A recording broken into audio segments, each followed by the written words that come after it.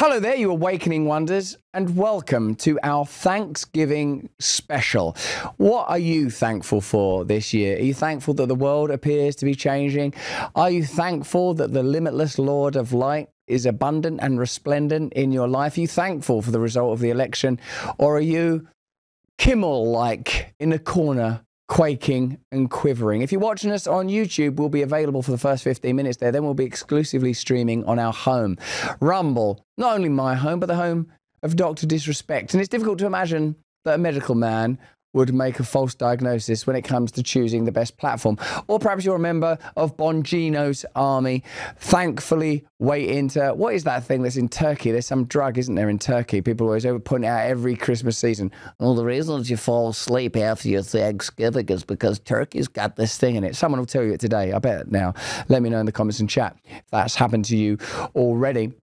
Well, I'm very thankful this year that we're having a conversation with Mikhaila Fuller, formerly Mikhaila Peterson, who knows what it's like to ride the roller coaster of being dragged into public life because of her famous father, the sort of unprecedented and peculiar Professor Jordan Peterson, who is my friend, whom I adore on a personal level and who I admire very deeply. Now, imagine, like, when you become a famous person, you get to know famous people's kids and stuff.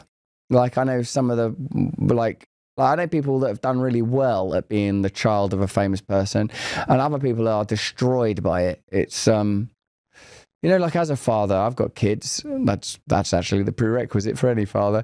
And it's like I want to live my life, their life, in advance of them. Like, I'd like to walk in front of them like someone at a pageant holding a staff aloft for a forthcoming monarch, putting petals upon their path so that they never encounter horror. But you will encounter horror in the world because this world belongs to Satan. It's a brilliant conversation. We had it like, it was like yesterday or something that I had the conversation.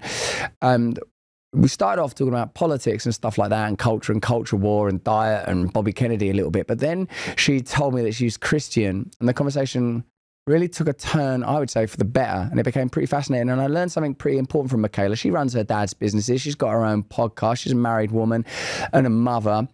But when we started talking about Christianity, I really recognized that she was practicing Christianity at depth. What I mean by this is whatever it is you believe in, let me know in the comments and chat. I don't know if you're an atheist or you're a Christian or you're a Jew or you're a Muslim or you're a Scientologist. And in a way, I pray for you that you become a Christian because that's what I believe in. But also, don't think I know more than you about anything. I've never felt that about people. What I would say is, if it's not being practiced in the present moment, it's not being practiced at all. That's the only place you can know God, is in the present moment. It's the only place that healing can take place. Someone told me yesterday, is in the present moment. When she talked about Christ and self-improvement, it really got to me. So listen, we'll be on YouTube for about 10 minutes. Then we'll be exclusively on Rumble, our home. And you should become an Awaken Wonder, particularly if you enjoy this conversation, because my conversation with Jonathan Paggio is amazing. The break bread conversation that I had there, which is only available to our Awaken Wonder community members, is fascinating and intriguing. And in fact, hold on a minute, am I going to be able to pull up an asset of that if I press that stream deck? Well, mess with our lives. Yeah, well, anyway, have a look at this. And so that's the problem of technology, is that it gives you what you want with infinite power, with increasing power. But the problem is, what you want is, if it's perverted, then all the side effects of what you want, you didn't notice. You hadn't thought about it. You hadn't realized that there are side effects to what you want because you're not aiming in the right direction. So now all the side effects start to manifest themselves, and you're like, well, I didn't know. Like, I didn't know that if I started, I love Elon for all intents, but Elon is hilarious because he's like, I'm going to start OpenAI and I'm going to create the most powerful AI company in the world, but it'll be open source and it'll be great because we'll be open source. And then he creates OpenAI and it's the most powerful thing in the world. Then he says it's the biggest single threat to the human existence. Me and Jonathan Paggio, absolutely fantastic. Anyway, listen, this is a great conversation with Mikhaila Peterson. I think you're gonna love it, and you're gonna get sort of insights into what it's like to be a member of that family and that movement, and some interesting insights into Christianity. All right, without further ado, here's Mikhaila Fuller. Mikhaila, thanks so much for joining me for Stay Free with Russell Brand. It's so lovely to speak with you. Thank you so much for inviting me on. Firstly, should we start with what your new role is and what your new surname is? Seems that everything's changing pretty radically around you. It's true. I mean, I changed my name. I'm no longer a Peterson. I'm now a Fuller. I did get married a couple of years ago. So that's a big change, although it was a much needed change. So that's good. I had a baby. So now I have two. So that was a change. And also, like, your role within the organization that you run with your father has altered, and you're in particular responsible for what exactly now? Oh my gosh. Okay. Well, we launched Peterson Academy in August this year, and that's gone splendidly. So that's an online education platform, and we have professors from all over the world, like very interesting people teaching 8-hour courses at a university level. We have 35,000 people on the platform now enrolled. So that's what I've really been working on fully for the last 3 years, along with my podcast and kind of overseeing Dad's brand, although there are a lot of people involved in that now, thank goodness. Yeah, and it's sort of, in a way, it's a really interesting time to be sort of coming into excellence when it comes to new media projects, because the landscape's changing so significantly. I've been very honoured and flattered to have been asked to participate in the Peterson Academy. I know it's going really, really well, and I'm excited to do something with you guys. Will you tell me how you think the landscape will change as a result of the election, in particular with what you're doing? Well, I'm hoping, and this might be a pipe dream, I'm hoping Peterson Academy can work with the Trump administration. So we'll see. That might just be shooting for the stars. But I mean, the landscape's changed dramatically in the last couple of years. Like, I think we're going in a really good direction. I'm positive about how things are going. I think everybody in America has breathed a sigh of relief since the last election. I mean, I was on Threads the other day, which I never go on, and I think Threads is even shifting politically, which I never saw 3 months ago. So I think things are heading in a good direction. Yeah, it's changing pretty fast. And, well, it's not, I mean, the potential for change seems to be increasing radically and dramatically. And while, like, a couple of years ago, if you'd have said, oh, maybe the Trump administration and the Peterson Academy can come to some arrangement, I'd have thought you were a lunatic. But now I feel like, well, that could happen, actually.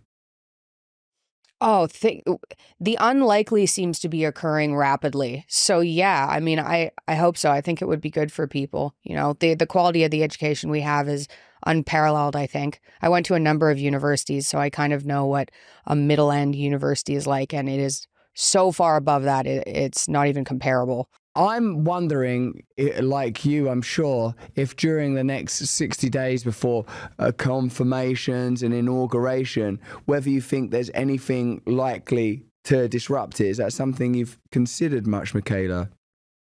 Oh, definitely.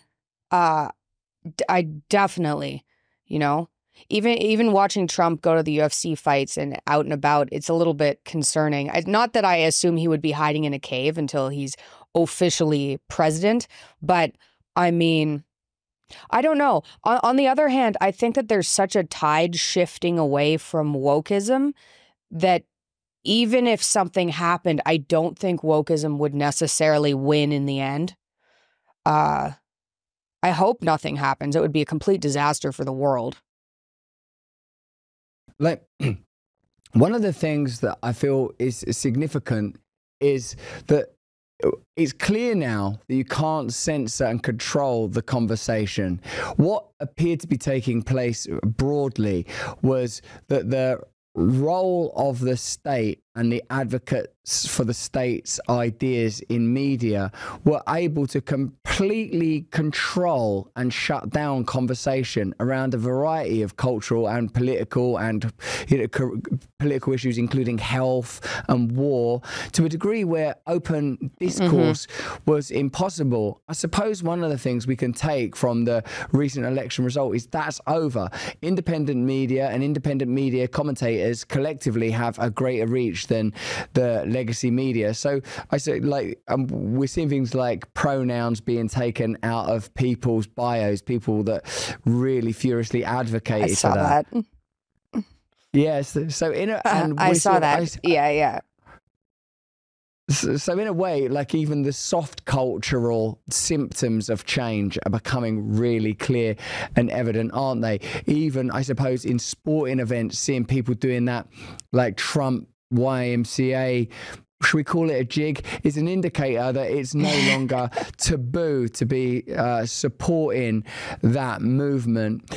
I'd like to talk to you a little bit about how that's going to affect your content and how it's going to affect the kind of people that you ask to participate, in particular in the Peterson Academy, and the type of conversations you're likely to have going forward. Do you think, Mikhaila, that there has to be some ongoing reconciliation, or do you think that this is going to be a time that's defined by a kind of celebration of the annihilation of enemies? Oh, well, you guys lost, woke lost, the Democrats lost, it's over? Or do you think that there's going to be an ongoing conversation that might even center around reconciliation?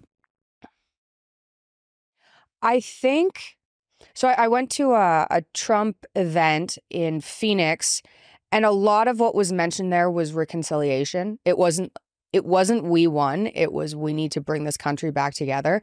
I know personally, I think, and I'm Canadian, so I have a view from the outside, but because of what my family went through, you know, I think my first feeling when I saw that Trump had won was like, yes, we won. Like, down with wokeism, and more of a probably maybe it was a negative point of view. Although I do think that elements of wokeism were like truly evil. So it's hard not to feel like that. But I think people are going to come together. I hope, you know, people on the very far left, maybe not so much. But I think there's a lot of reconciliation. And I do think people are relieved. And I do think maybe 6 months into Trump's presidency, when people who are really far left realize that the country's not turning into a dictatorship, things will calm down. But do you think that in independent media, we should be participating in that reconciliation by the kind of guests that we have on and the kind of alliances we have? Like, right, do you think, for example, that you would have Don Lemon doing a course at the Peterson Academy, or Brian Stelter as a guest on your podcast? Or if MSNBC folds up, would you be getting Rachel Maddow and Joe Scarborough on and having conversations with them and like looking to find common ground? Can you imagine personally doing that? You know what? So say for Peterson Academy to start with, we haven't been looking at people that politically. Like, people who come onto the platform aren't trying to teach in an ideological manner, whether that's right wing or left wing. So we've already reached out to more left wing people to come in and teach something like screenwriting. You know, a lot of the people in Hollywood are still very left wing, and a lot of the best screenwriters are left wing. And it was like, okay, politics aside, you're still a great screenwriter. Would you come and join us? And there's been some pushback on their side for coming onto the platform, which I think is actually going away, because the platform is politically, I hope it's politically neutral. I think it's politically neutral. So for Peterson Academy, I don't think very much is going to change, because we've already been trying to be kind of even keeled. And then as for my podcast, as long as the person's interesting, I'm not going to invite anybody on I'm going to have an ideological battle with. I'm just not. I don't care enough. Right, you can't bother to do that. No, like, I don't need to convince them, you know. They can keep living their life. Yeah, sometimes I don't think excuse me, sometimes I don't think I have the energy for an ideological battle either. But what I do sometimes I'm interested in is reconciliation, because I don't like anyone, I suppose, I don't know what's going to happen in the next 4 years. We sort of saw like a host of high profile figures saying they're going to leave. And I suppose if you've like continued to say that Donald Trump's Adolf Hitler bringing about some new Reich, then if you believe that, then you would be obligated to leave. But I suppose I don't feel like that's going to happen. I don't feel like that's going to happen. I feel like you're going to have a lot of people in metropolitan areas, parts of professional media class and other comparable industries that tend to be metropolitan, having to undertake some sort of investigation into why they had such an extreme reaction and position. But then I suppose some of them might look at, if like Trump does say ban trans people from the military, if that happens, for example, are they going to see that as you know, a justification and demonstration of what they were concerned about? Before we continue with the interview, we're going to come off YouTube, okay? Not because it's particularly the sort of thing that will be censored, but because Rumble is our home, because we know there's a guarantee we can speak freely and open there. So click the link in the description. Join us over on Rumble.